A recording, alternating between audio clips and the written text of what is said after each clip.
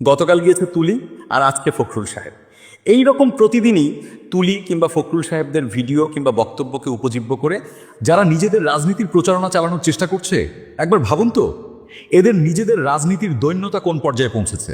ফখরুল সাহেবের যে ভিডিওটির কথা বলছি নিশ্চয়ই ইতিমধ্যে দেখেছেন, না দেখে থাকলে দেখে নিন।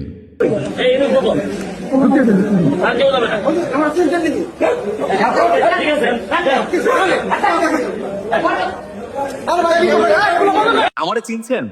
কোন সহজ সরল গরিবী প্রশ্ন না, এইগুলা হলো নেতার সাথে পরিচয় আছে ভাব দেখানোর ধান্দা, আর এই ঘনিষ্ঠতার ভান দেখিয়ে নিজের সুবিধা আদায়ের কৌশল।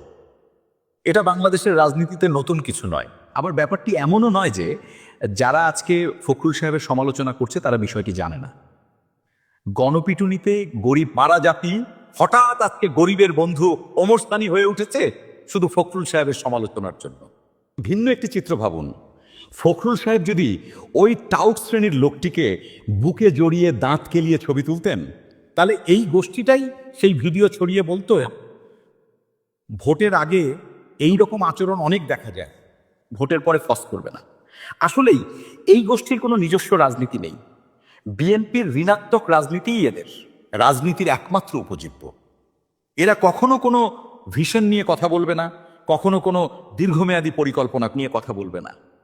এরা বলবে বিএনপি চাঁদাবাজ তাই জামায়াতকে ভোট দাও, এরা বলবে বিএনপি দখলবাজ তাই জামায়াতকে ভোট দাও, এরা বলবে ৮০ বছরের ফখরুল কেন ধমকালো তাই জামায়াতকে ভোট দাও, ফখরুল কেন দাঁত কেলিয়ে সেলফি তুললো তাই জামায়াতকে ভোট দাও।